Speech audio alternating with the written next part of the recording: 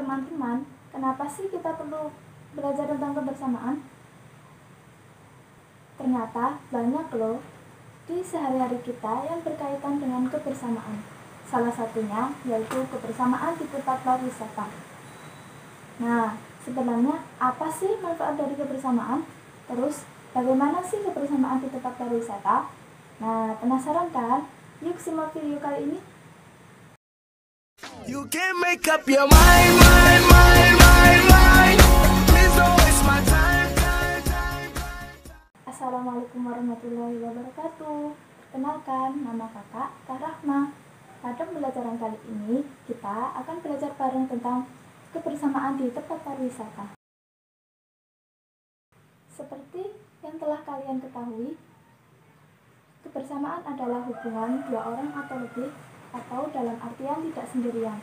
Sedangkan tempat pariwisata adalah tempat yang dikunjungi untuk belajar ataupun untuk rekreasi atau hiburan. Contohnya seperti museum, kebun binatang, pantai, dan gunung. Nah, untuk lebih jelasnya, teman-teman baca dulu teks berikut ini ya. Berkunjung ke kebun binatang. Siti dan teman-temannya berkunjung ke kebun binatang. Mereka sukacita mengikuti kunjungan. Banyak binatang di kebun binatang. Seluruh siswa mengikuti kunjungan. Mereka belajar bersama di kebun binatang. Rasa kebersamaan mereka menambah semangat belajar. Mereka mengunjungi semua hewan yang ada di kebun binatang. Siti membeli makanan hewan yang dijual di sana. Sambil berkeliling, sesekali ia memberi makanan sehingga hewan pun mendekat. Siti memberi 4 wortel kepada seekor musa jantan dan seekor rusa betina. Rusa jantan diberi 2 wortel. Rusa betina diberi 2 wortel. Rusa jantan mendapat setengah bagian, rusa betina mendapat setengah bagian. Perhatikan gambar berikut ini. Setelah membaca teks tersebut, kita jadi tahu apa saja manfaat dari kebersamaan. Salah satunya, yang pertama, rasa kebersamaan dapat menambah semangat belajar. Yang kedua, dapat bekerja sama dan saling membantu. Yang ketiga, dapat berdiskusi dengan teman apabila ada hal yang belum kita ketahui. Selain belajar manfaat kebersamaan, dalam teks tersebut kita juga dapat belajar tentang konsep pecahan setengah, sepertiga, dan seperempat. Untuk lebih detailnya, yuk kita bahas. Mengenal pecahan setengah, sepertiga, dan seperempat. Apa yang dimaksud dengan pecahan? Pecahan merupakan bagian dari kesatuan. Contohnya, sebuah apel yang utuh dipotong menjadi 2 bagian yang sama besar. Satu bagian dari 2 potong dapat dinyatakan dalam bentuk pecahan setengah, dibaca setengah atau 1/2 atau 1/2.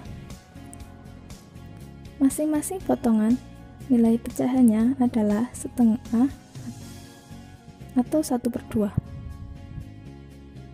Apa maksud dari 1/2? Angka 1 menunjukkan berapa jumlah bagian yang kita tunjuk atau maksud. Angka 2, jumlah dari semua potongan.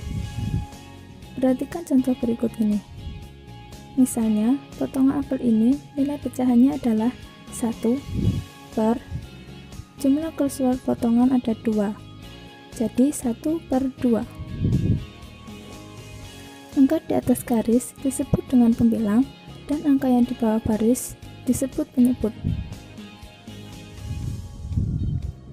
Contoh selanjutnya adalah sebuah pizza akan dibagi oleh 2 orang, masing-masing orang mendapatkan setengah atau 1/2. Contoh lain, sebuah persegi panjang dipotong menjadi 2, kita warnai setengahnya menjadi 1/2.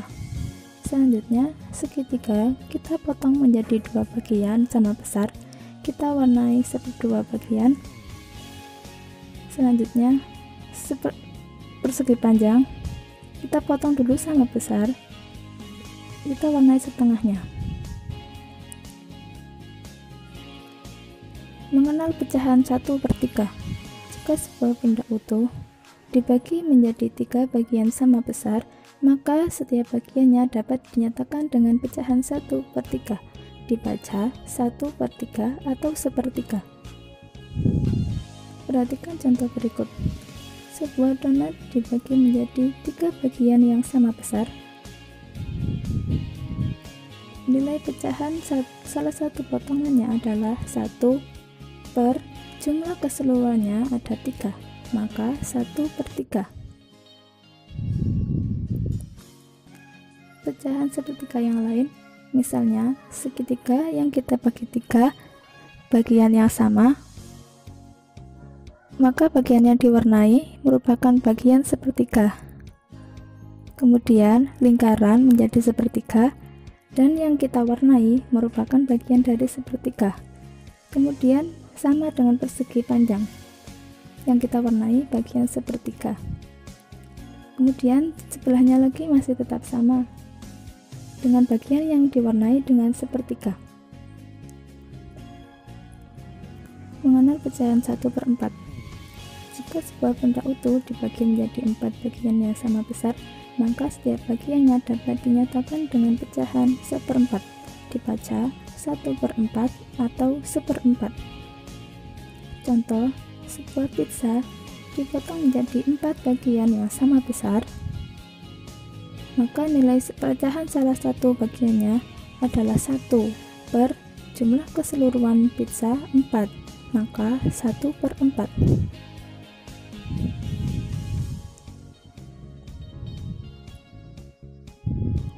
Pecahan 1/4 yang lain, misalnya segitiga yang dibagi menjadi 4 bagian yang sama besar, kemudian bagian yang kita warnai dinamakan dengan 1/4. Sama juga dengan lingkaran yang dibagi menjadi 4 bagian yang sama besar, kemudian satu bagian tersebut merupakan 1/4. Nah, untuk lebih jelasnya, kita bisa mengerjakan soal-soal berikut ini.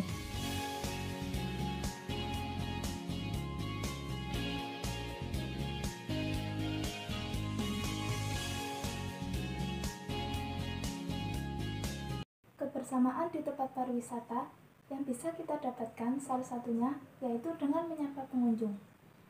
Dengan menyapa pengunjung, kita jadi tahu dari mana asal mereka. Nah, contohnya kita dapat menyapa pengunjung dengan cara menyapa dengan sapaan ringan seperti hai atau hai, namaku Siti dari Jakarta, siapa namamu? Nah, begitu ya. Selain belajar, di tempat pariwisata kita juga bisa bermain. Dengan bermain, kita bisa memupuk rasa kebersamaan bersama teman bermain kita. Contohnya, di kebun binatang disediakan wahana bermain di air. Kita bisa bermain bola tangan bersama teman-teman kita. Wah, pasti asik dong. Teman-teman, sebenarnya banyak loh tempat wisata di Indonesia. Mau tahu apa aja? Yuk simak penjelasan kali ini. Macam-macam tempat wisata di Indonesia. Yang pertama, Pulau Komodo. Pulau Komodo masuk dalam kawasan Taman Nasional Komodo bersama pulau-pulau lain di sekitar Kepulauan Nusa Tenggara. Pada tahun 1986, UNESCO menetapkan tempat wisata di Indonesia ini sebagai salah satu situs warisan dunia. Pulau ini dianggap sebagai habitat binatang komodo yang wajib dilindungi. Yang kedua, Raja Ampat. Raja Ampat menjadi primadona baru di dunia pariwisata Indonesia.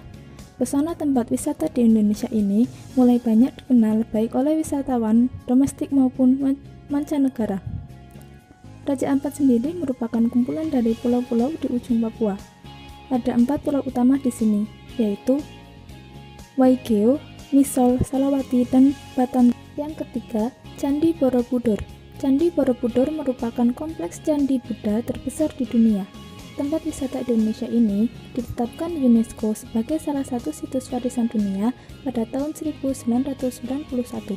Candi Borobudur sempat terkubur abu vulkanik dari letusan gunung berapi, sampai kemudian ditemukan oleh Sir Thomas Stamford Raffles di tahun 1814. Yang keempat, Taman Mini Indonesia Indah atau TMII. Jika biasanya kita mengunjungi sebuah museum untuk lebih mengenal kebudayaan suatu daerah, kali ini kita bisa mengunjungi Taman Mini Indonesia Indah sebagai sebuah museum raksasa untuk mengenal kebudayaan Indonesia. Sesuai dengan namanya, tempat wisata di Indonesia yang digagas oleh Tien Soeharto ini menjadi tempat untuk melihat kebudayaan Indonesia dalam versi mini. Yang kelima, Danau Toba. Sumatera Utara mempunyai sebuah danau terbesar di Asia Tenggara yang sudah sangat tersohor hingga ke mancanegara, yaitu Danau Toba. Yang keenam, Batu Sirgejo. Batu Sirgejo terletak di kota Batu, Jawa Timur. Batu Sirgejo merupakan kebun binatang modern. Dan masih banyak lagi. Nah teman-teman, setelah kita belajar kebersamaan di tempat wisata, kita dapat membuat kerajinan yang menarik, yaitu maket kebun binatang. Maket adalah tiruan 3 dimensi yang berskala kecil. Berikut langkah-langkahnya, tirukan ya. Saya membuat maket kebun binatang sederhana. Alat dan bahan: 1. Kertas karton. 2. Kertas manila. 3. Plastisin. 4. Lem kertas. 5. Cat air. 6. Gunting. 7. Pensil. 8. Penggaris. Setelah menyiapkan alat dan bahan, berikut langkah-langkah membuat maket kebun binatang. Diawali dengan membuat dasar maket. Yang pertama, potonglah kertas karton yang tebal dengan ukuran panjang 60 cm dan lebar 40 cm. Yang kedua, berilah warna sesuai dengan keinginan, misalnya hijau. Kemudian, membuat binatang. Yang pertama, buatlah beberapa hewan dari kertas manila, kemudian diberi warna. Yang kedua, hewan juga bisa dibuat dari plastisin. Selanjutnya, membuat pagar. Cara membuat pagar yang pertama, buatlah pagar dari kertas atau koran bekas yang digulung, kemudian diikat. Rangkaian kertas gulung tadi membentuk pagar dengan lem. Selanjutnya, membuat pohon. Caranya, yang pertama, buatlah pohon dari kertas atau koran bekas yang digulung, kemudian dicat. Yang kedua, rangkai kertas gulung tadi membentuk pohon dengan daun dengan dilem. Yang terakhir, memasang binatang, pagar, dan pohon pada dasar maket. Pasanglah binatang, pagar, dan pohon pada dasar maket dengan menggunakan lem. Nah, mudah kan? Gimana? Asik ya belajar kebersamaan di tempat wisata? Selain itu, banyak sekali manfaatnya. Nah, itu tadi pembelajaran kebersamaan di tempat wisata. Semoga bermanfaat. Sampai jumpa di pembelajaran berikutnya. Assalamualaikum warahmatullahi wabarakatuh.